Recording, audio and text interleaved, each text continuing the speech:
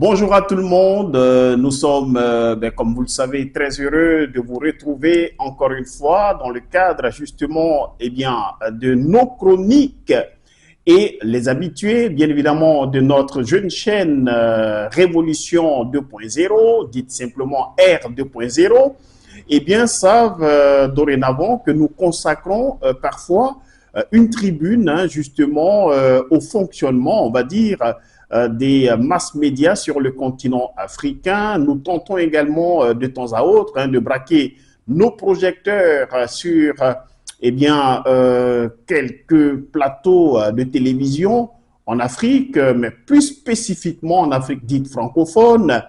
Déjà au passage, un grand merci à celles et ceux qui prennent la peine, bien évidemment, de commenter nos contenus, mais également de cliquer sur le pouce en l'air pour le référencement, mais aussi et surtout, bien évidemment, de s'abonner, et cela pour agrandir notre communauté. Alors, aujourd'hui, nous allons braquer nos projecteurs sur un débat. Alors, en parlant de débat, alors il se peut que je me trompe, d'autant que, bien évidemment, s'il s'était agi d'un débat tel qu'on peut bien le comprendre, d'abord, dans un premier temps, il aurait fallu que le plateau soit constitué de personnes représentant des structures en rapport avec les thématiques qui devaient être à l'affiche justement du débat et que les propos des uns et des autres engagent leur structure légalement constituée d'une part,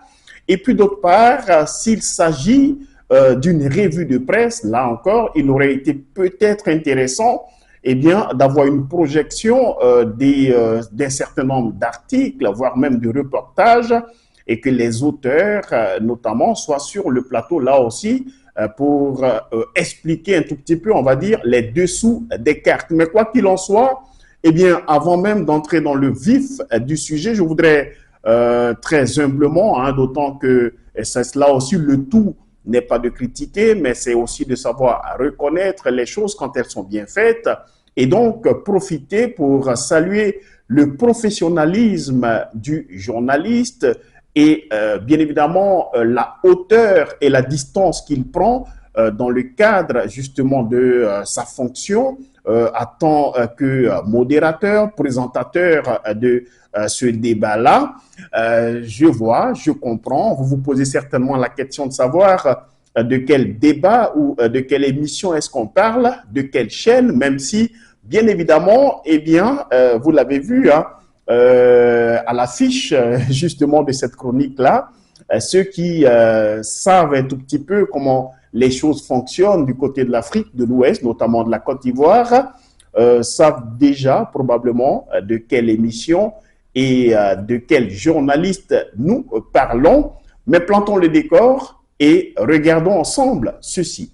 Je pense qu'avec votre permission, avant de répondre à cette question, je voulais faire une précision. Allez-y, allez-y. Écoutez, quand vous nous invitez, en tout cas nous, le PPACI, c'est vraiment avec joie que nous venons sur votre plateau. La preuve, je viens directement des gagnants, je suis arrivé directement. Très bien. Et quand nous arrivons, nous nous attendons à avoir parmi nos contradicteurs des personnes dont la parole et le comportement sur le plateau engagent leurs formations politiques respectives, parce que ce que moi je dis ici, ça engage mon parti. Mais en général, nous avons des personnes qui défendent des thèses, en tout cas toutes les thèses du parti au pouvoir, mais qui officiellement ne sont pas encartées dans ce parti. Donc on a l'impression, quelquefois, d'avoir affaire à des sous-traitants du parti au pouvoir.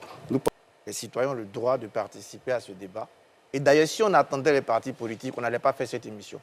Parce qu'il y a quelques partis politiques qui ont commencé à venir ici il y a 1 an et puis nous fatiguent. On les a cherchés pendant 3 ans, on ne les a pas vus. Celui qui vient que ça ne lui plaît pas, il retourne chez lui. On n'a pas de leçon à recevoir de quiconque. D'accord. Ceux qui sont à l'hôpital mère-enfant, quand je descendais de ma voiture, mon fils est aux urgences. J'aurais pu retourner. Ceux qui sont à l'hôpital mère-enfant de Benjamin, actuellement, je vous parle, mon fils vient d'arriver aux urgences. Quand je suis descendu, ma femme m'a envoyé cette photo. J'aurais pu retourner. Mais je suis resté pour le débat. Donc j'exige le respect qui est lié au sacrifice que nous faisons aussi. D'accord, très bien. Donc celui qui ne veut pas venir parce qu'il veut avoir une affiche, il reste chez lui. Parce que quand vous venez dire, vous voulez des gens, d'abord vous n'êtes pas courageux. Parce qu'un homme courageux aurait dit, telle personne est sous-traitant. Comme ça, on allait avoir le débat. Mais les gens ne sont pas courageux, c'est des faillots. Et pour le PPACI, d'abord, ils reconnaissent, ils ont évoqué, au moment même, à la fin de la réunion, c'est eux-mêmes qui ont évoqué, avec le mot humanité, la question de Laurent Gbagbo. Ils ont dit au président de la CEI que, en fait, avant de lever la séance, on ne peut pas faire la séance sans aborder la question de Laurent Gbagbo. Est-ce que si on met trop le curseur, comme tu es en train de le faire, sur le bilan, parce que si on met sur le bilan, on sait très bien qu'il y a des gens qui n'ont rien foutu, ça on le sait. Mais, Donc, je disais que, je parlais de la question de on a l'emploi. bon Ricard en face. Oh, s'il vous plaît, monsieur. Enfin, on a un dernier sujet, oui, on est d'accord. D'accord. Fabrice, En fait, vous avez 30 secondes pour terminer. S'il vous plaît, est-ce que vous êtes d'accord que je suis constamment interrompu? Bon, finalement, tout le monde a interrompu un peu tout le monde ce soir, à D'accord. part Michel Donc, Bétard. si ça devient la mode, peut-être qu'on va s'y livrer tous. Non, pas du Mais tout. nous, au PPACI, nous sommes éduqués. Et nous allons continuer d'être éduqués. D'accord, Non, très bien. écoutez, Atu, S'il vous plaît. c'est de rester poli, en fait. Oh là là, monsieur. Les sous-traitants aussi, ça fait professeur Banga, Fabrice les Lago. sous-traitants sont beaucoup zélés. Donc, en fait, il ne faut pas faire preuve de zèle. Alors, on va passer au sujet sur l'actualité à l'étranger. Vous êtes zélé pour mériter ta pitance comme toi. Non.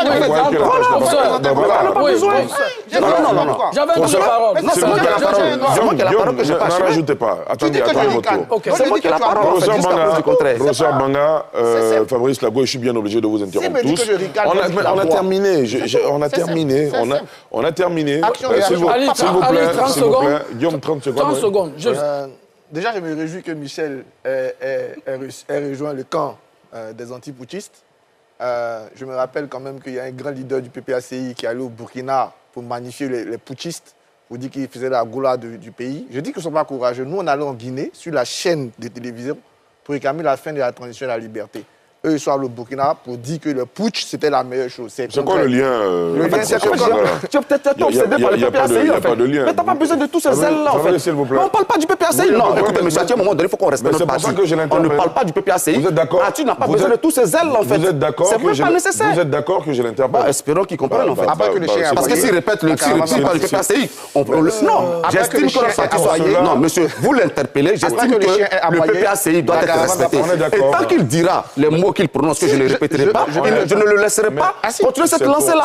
Non, monsieur Ali, le PPACI mérite d'être respecté. Ce petit sous-traitant-là n'a pas besoin de tous ces ailes pour justifier sa pitance. Le PPACI est un parti politique sérieux. Non, tant qu'il ne retire pas... Non, je l'ai dit, tant qu'il ne concerne cette lancée, il ne pourra pas s'exprimer.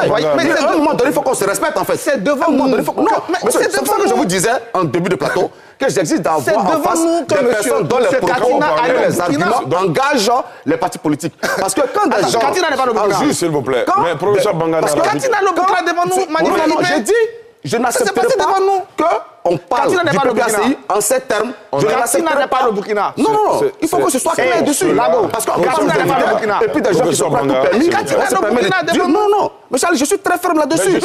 Eh bien voilà, c'est juste pour planter le décor. Vous l'avez constaté, des invectives au vitriol, des cris, des insultes, du manque de respect. Les choses vont quasiment dans tous les sens. Des invités qui ne parviennent pas à se contenir.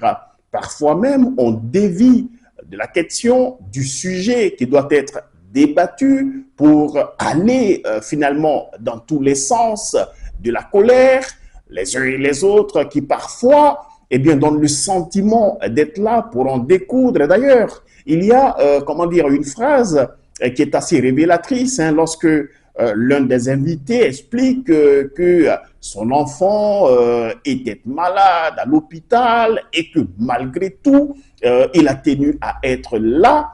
Et lorsqu'il rappelle par ailleurs que finalement, il fait partie de ceux qui étaient là depuis, on va dire, le début justement de cette tribune-là sur NCI. Alors, est-ce que cela lui donne tous les droits? Nous n'en savons absolument rien.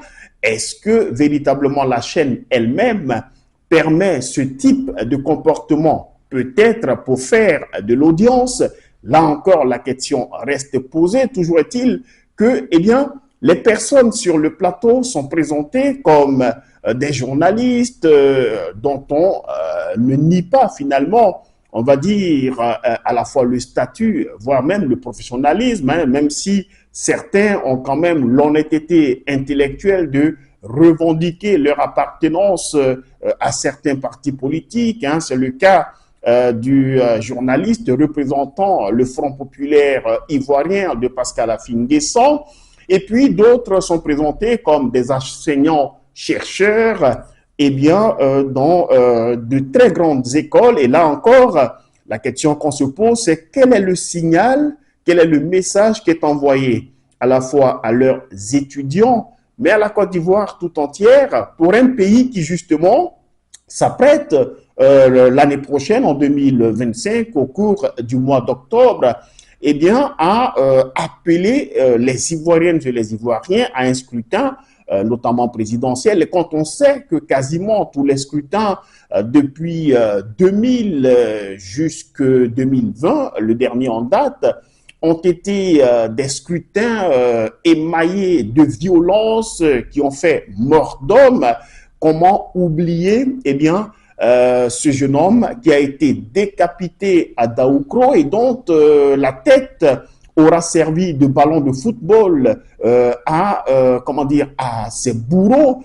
Peut-on oublier tout cela? Peut-on oublier les casses, les personnes qui portent encore en elles et sur elles les stigmates de toute cette violence-là? Comment oublier que, le président de la République lui-même, celui que certains défendent mordicus sur le plateau, tout en n'assumant pas leur appartenance au parti au pouvoir, est lui-même en train de briguer un troisième mandat, même si, bien évidemment, là encore, certains intellectuels, notamment constitutionnalistes, ont vite fait et bien fait d'expliquer à la Côte d'Ivoire tout entière et finalement au reste du monde, non sans convaincre que le président actuel ne brigue pas un troisième mandat, donc anticonstitutionnel, mais il serait simplement en train de briguer le deuxième mandat de la nouvelle constitution. Bref, tout cela est tiré par les cheveux. Nous allons juste lancer un message et c'est vrai qu'on a vu au cours de ces débats-là un mot qui est revenu finalement assez régulièrement, une question d'humanité, pas humanité, humanité, pas humanité. Et puis en filigrane de tout cela, il y a eu ce fameux, je le mets entre guillemets, le chien aboie, la caravane passe. Le chien aboie, la caravane passe. Ça, ce sont des expressions qui sortent de la bouche d'un enseignant-chercheur qui, par ailleurs, est invité sur d'autres tribunes au-delà de la Côte d'Ivoire. Bref, est-ce qu'il fallait tout cela pour que, justement, on comprenne bien le fond des questions que posait le journaliste, présentateur du débat? Je vous laisse voir ou revoir un certain nombre de séquences et dans la même veine, vous permettre également, comme qui dirait dans le football, c'est la VAR, V-A-R, vous permettre de vous faire votre propre opinion sur cette rencontre qui a eu lieu entre le président de la commission électorale et la délégation du PPACI, le parti du président Laurent Gbagbo. Il y a eu une déclaration au sorti de leur conclave. Et là, qui est-ce qui a parlé d'humanité? Dans quel contexte? Pourquoi? Je vous laisse suivre cette capsule. Le PPACI a d'abord, il reconnaît, ils ont évoqué, au moment même, à la fin de la réunion, c'est eux-mêmes qui ont évoqué avec le mot humanité, la question de Laurent Gbagbo. Ils ont dit au président de la CEI que, en fait, avant de lever la séance, on ne peut pas faire la séance sans aborder la question de Laurent Gbagbo. Et c'est eux qui ont demandé l'humanité en disant au président de la CEI, comme on sait que juridiquement vous ne pouvez rien, peut-être que dans l'humanité vous le pouvez. Et la vidéo compte rendu est là devant nous tous. Mais pourquoi quelque chose qui s'est passé devant nous, sous nos yeux? Les gens veulent inventer un truc. Demandez à Danon, il a bien répété qu'il demande l'humanité. C'est le PPACI qui a demandé l'humanité. Très bien. Nous sommes venus parler de ce qu'on vit en ce moment, qu'on appelle la période de la révision de la liste électorale. Donc, sur ce dossier, on a beaucoup échangé. Nous avons fait part de nos préoccupations au président et au commissaire en général. Et sur beaucoup de points, on a trouvé des accords. Et sur certains points, on a trouvé des améliorations à apporter. Cela concerne, premièrement, l'obtention des pièces administratives pour les récurrents pour aller se faire enrôler. Nous avons demandé au président de proroger la période de l'enrôlement à 3 mois, parce que ce qui me semble juste pour que les personnes puissent rentrer en possession de leurs pièces. C'est à l'étude. Nous avons demandé aussi au président de programmer une révision électorale, la liste électorale en 2025, comme c'est prévu par la loi. C'est aussi en étude. Donc, sur ces points-là, on n'a pas observé des refus de la part du président. C'est plutôt, bon, il a compris. Et puis, il va faire ce qu'il peut faire. La situation du président Laurent Gbagbo sur la liste électorale, nous avons parlé. Et là aussi, le président de la commission et les membres de la commission ont estimé que c'est un dossier important. Donc là aussi, bon, on est en marche. Nous avons parlé enfin de la place de notre représentant au niveau du bureau de la commission. Il s'agit du représentant du PPACI dans la commission qui est jusqu'à présent, nous avions proposé qu'il soit vice-président, mais jusque-là, on n'a pas encore statué, le pouvoir n'a pas encore statué sur sa situation. C'est de tout cela que nous avons parlé. Et nous avons eu ici des oreilles attentives. Une oreille attentive du président. Et puis bon, nous partons rassurés sur certains points. Et sur d'autres points, bon, mais la discussion va continuer. La discussion va continuer. Donc, soyez rassurés que nous sommes venus ici pour que les choses s'arrangent. Nous voulons des élections apaisées, où le vainqueur est le vainqueur et que le vaincu congratule le vainqueur. C'est cela que nous avons besoin. Et ils sont en route pour ça, en marche pour cela. Et il est bon de préciser que, sur demande du PPACI, la commission électorale indépendante a reçu ce jour une délégation de ce parti politique, laquelle délégation était conduite par le ministre Danon Diédié. Nous avons échangé sur tout ce qui semblait essentiel pour eux, tout comme pour la commission électorale indépendante. Et la commission était, elle aussi, composée de certains membres de la commission centrale, y compris bien entendu le président lui-même. Nous les avons reçus. Et tout ceci s'est passé dans une ambiance bon enfant, parce que l'objectif premier, c'est le bien-être de nos concitoyens. La commission a vocation à organiser des élections qui soient apaisées, et je crois que nous empruntons le chemin. Et ils avaient des préoccupations, dont M. le ministre s'est fait écho. Il se situait à 3 niveaux, celui de la révision de la liste électorale, celui de l'inscription du président Gbagbo sur la liste électorale et le sort du représentant du PPACI au sein de la commission électorale indépendante. Pour le premier point, nous avons discuté, ils ont proposé la prorogation de la révision de la liste électorale à 3 mois. Bon, nous avons rappelé les dispositions de la Constitution qui font qu'il y a certaines choses que nous pouvons faire, il y a d'autres choses que nous ne pourrons pas faire immédiatement, peut-être dans le long terme. Mais toujours est-il qu'au sorti, pour ce qui est du premier point, au sorti de cette discussion, on s'est accordé sur des points qui seront améliorés pour ce qui est de la compétence de la commission électorale indépendante. Mais il y a une chose que je retiens, c'est que le ministre Danon Diédié a dit, Monsieur le Président, nous venons vers vous parce que tout est lié. C'est vrai, nous savons que la révision de la liste électorale porte sur la liste électorale, mais pour s'inscrire sur la liste, il faut avoir un extrait d'acte de naissance. Et l'extrait d'acte de naissance ne s'obtient pas chez vous, mais s'obtient au ministère de l'Intérieur. Pour venir s'inscrire sur la liste électorale, il faut un certificat de nationalité.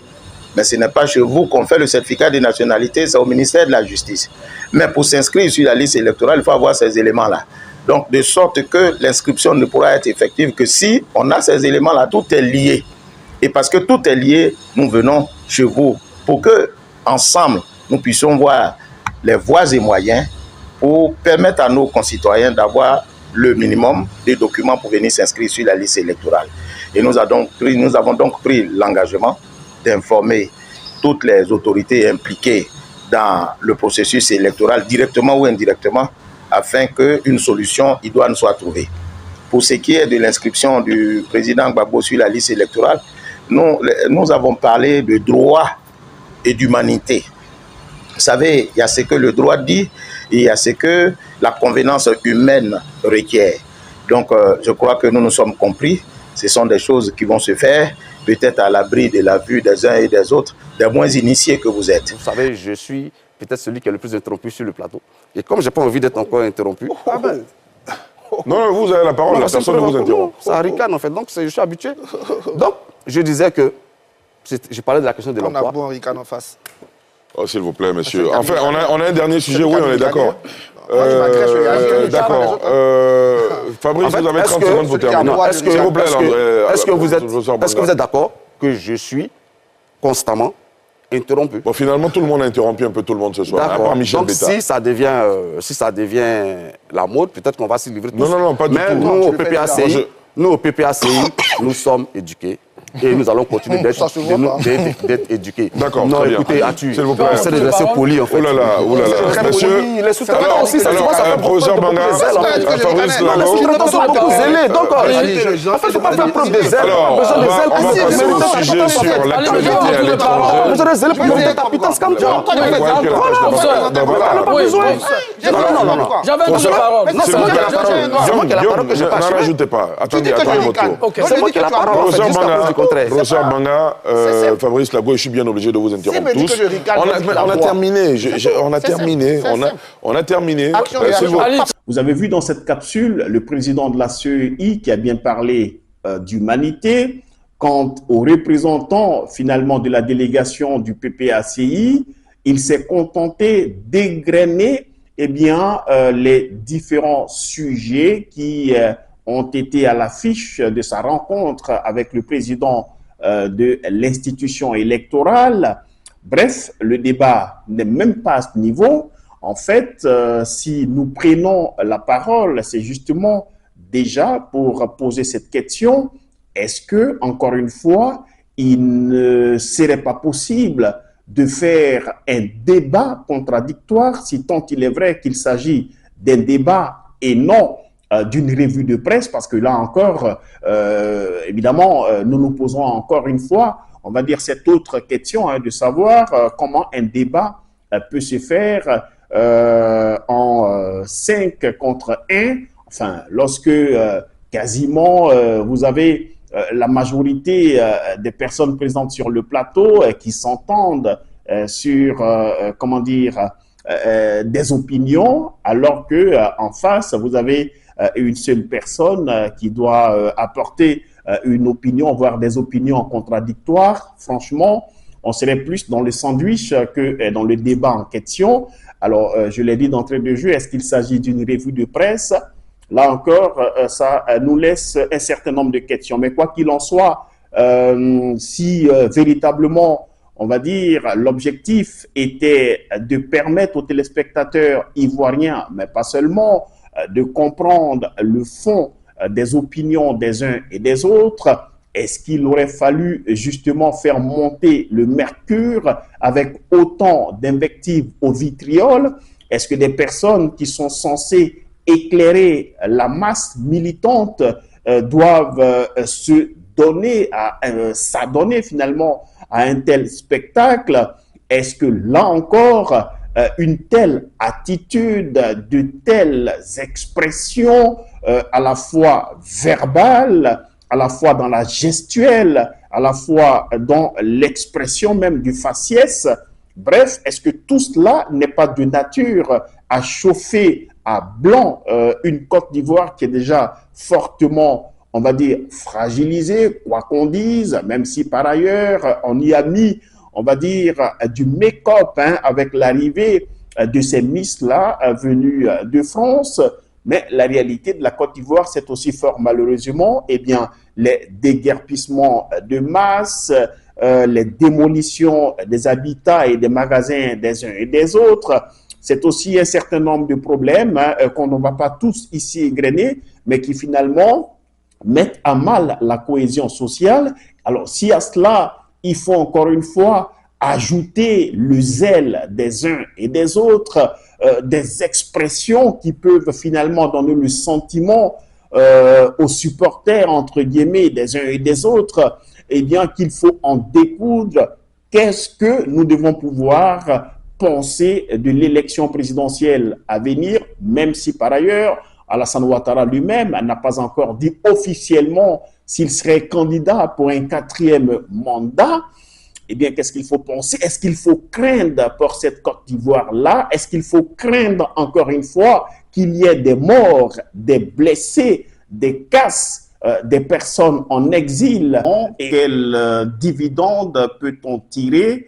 Eh bien, lorsque, à tant qu'intellectuel, à tant que citoyen d'un pays, on doit sans cesse voir son pays sous les coups des projecteurs à l'international et qu'on doit voir ses compatriotes, comment dire, meurtris dans leur âme. Quelle est la fierté que d'avoir finalement un pays qui est sans cesse déchiré, où la cohésion sociale est plutôt, comment dire, mise à mal assez régulièrement. Bref, ça pose un réel problème. Nous attendons bien évidemment vos commentaires sur eh bien, l'attitude d'un certain nombre de personnes et surtout le fonctionnement eh bien, des médias et des tribunes dites consacrées au débat en Côte d'Ivoire, alors que nous allons lentement mais sûrement vers à la date de l'élection présidentielle. Qu'est-ce que vous en pensez? Est-ce que véritablement vous avez des commentaires à nous faire parvenir? Nous les attendons, nous les lirons et nous en tiendrons compte. Merci à toutes et à tous encore une fois et surtout, si vous voulez bien évidemment nous écrire, notre adresse reste la même. La révolution, c'est maintenant. La révolution, c'est maintenant. Salut!